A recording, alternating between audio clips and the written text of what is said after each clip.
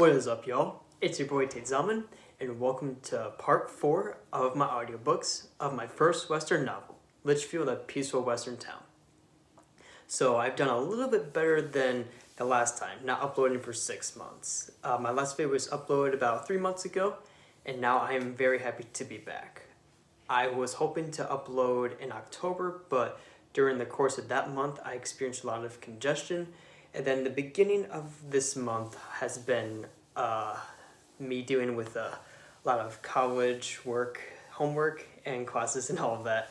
Also sign up for new housing. I had a lot of stuff. I'm not gonna say it all, but had a lot. But now, just before Thanksgiving break, I got some time in my hands. So now I'm gonna get a video up for you guys. I am in a new dorm for my sophomore year. If you guys want a video or pictures of my new dorm, you guys can tell me in the comments below. It essentially is the same as my one from last year. My most viewed video, as a matter of fact. But it's just a different building, different floor level, but it essentially, like the flag, is in the same spot as it was last year. Everything is essentially the same. So before we get into chapter 4, I have an announcement for you guys, and I will make this happen. This will be my 9th video on YouTube, but for my 10th video, I want it to be the first episode of a gaming series. I have already chosen the game I'm going to play, and I'm not going to say what it is. You guys will have to wait to find out. Episode 1, I hope to upload somewhere near mid-December during my winter break. And I just want to say that I am so excited to bring a gaming video or a gaming series up for you guys, because I've been wanting to do it ever since I started YouTube. Like, I did vlogs, I've done some of those, and many more can come in the future. And I've been doing audiobooks, and I've enjoyed doing those as well. But I was missing one certain video on my channel, and that's gaming. And the video after this one will be episode 1 of my new gaming series. So please stay tuned and just turn that notification bell on so you can know when the video is going to come out. I don't have a date specifically for that, but expect it around mid-December, maybe early December, but we'll see how it goes with editing and setting it up and just see how it goes. But without further ado, let's get into chapter 4 of Litchfield, a peaceful Western town. Chapter 4, The Lost Gecko. March 27th, 1908 was a rainy day in Litchfield. Rain didn't occur very often because Litchfield was located in the state of Oklahoma, where it was sunny most of the time. Most of the townspeople didn't like the rain, so everyone stayed inside and waited for the rain to stop. Henry's farm animals enjoyed it, unlike most of the people. About a half an hour later, the rain had finally stopped. The little kids enjoyed jumping around in the mud puddles, even though their parents had to clean their clothes. The sun came out, and Tate was loving it. He also loved seeing the kids having fun and getting all dirty. A little while later, Abigail came to watch the kids with Tate. Later on, Henry brought out a bunch of dirty clothes for Tate and Abigail to clean. "You two have a lot of work to do," Henry said, chuckling. Tate and Abigail got Joshua and Samantha to help them. Henry ordered the rest of the town to do their work. The 4 kids felt like they were doing clothes forever. "We have been doing this for way too long," Samantha said. She was frustrated. "Yeah, I agree," Joshua said tiredly. "I think we should all take a break for a few minutes," Tate declared. So, the 4 kids sat by trees to catch their breaths. While sitting, Abigail spied something small walking toward her. It was a tiny green Mediterranean gecko. Abigail picked it up and held it in her hands. "He's a cute little one," Tate commented. "Yeah, he truly is," Abigail agreed, looking down at the gecko. "I want to keep him." Joshua was shocked. "What will your parents say?" Joshua asked. "I think they'll let me keep him," Abigail answered. "You should just let him go," suggested Samantha. "Heck no, I won't," Abigail yelled, trying not to disturb the town. "We just can't leave this baby all alone in the wild. It's very dangerous for a little guy like him." There was a moment of silence.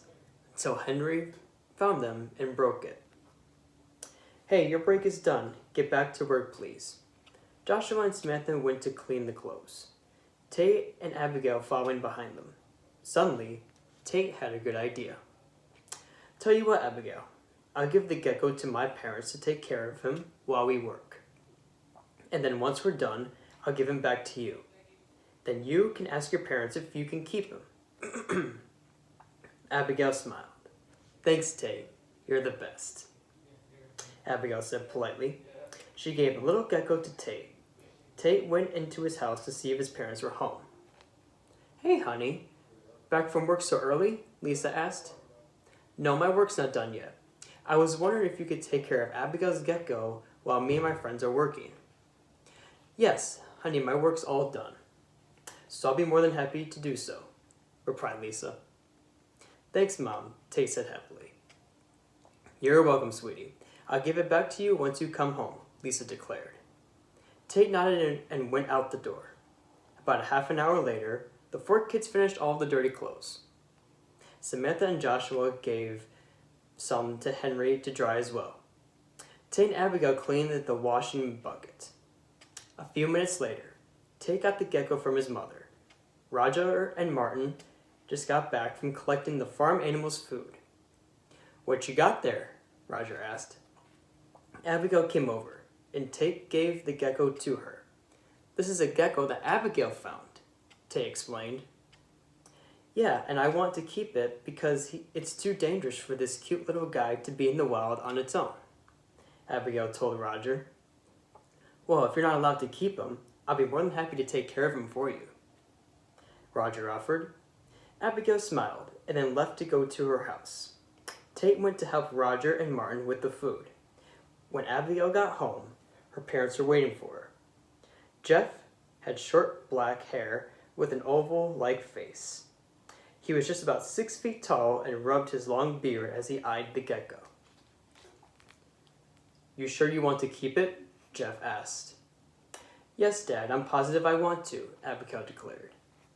Ashley, Abigail's mother, jumped into the conversation. Ashley had long brown hair similar to her daughter's. She had beautiful tan skin, a circle-like face, and was short unlike her husband. "I think it's perfectly fine if you keep him. Just take good care of him," Ashley suggested. Abigail's parents agreed to let her keep the gecko. Abigail named it Jack. After lunch, Abigail took Jack outside to her backyard. She let Jack walk and explore her backyard. Jack sometimes walked on her arm, just to have fun. They played for about 10 minutes. When suddenly, Abigail saw a bunch of geckos bigger than Jack. There were about 5 others that were the same size and color as Jack. It was Jack's mother and siblings. Abigail was sad to let Jack go, but glad he found his family. Jack crawled in Abigail's arm one last time to say goodbye. Take great care of your family for me," Abigail said happily, but a little sadly at the same time. Jack walked with his family into the woods. He looked back at Abigail one more time. She took a little wave, then Jack disappeared. Abigail went back inside and told her parents the whole story. "I'll miss him, but I'm glad he found his family," Abigail concluded. "I'm sure he'll miss you too," Ashley said, trying to make Abigail feel better. Abigail knows she'd never forget Jack. In her mind, Jack was the coolest gecko she'd ever met in her entire life.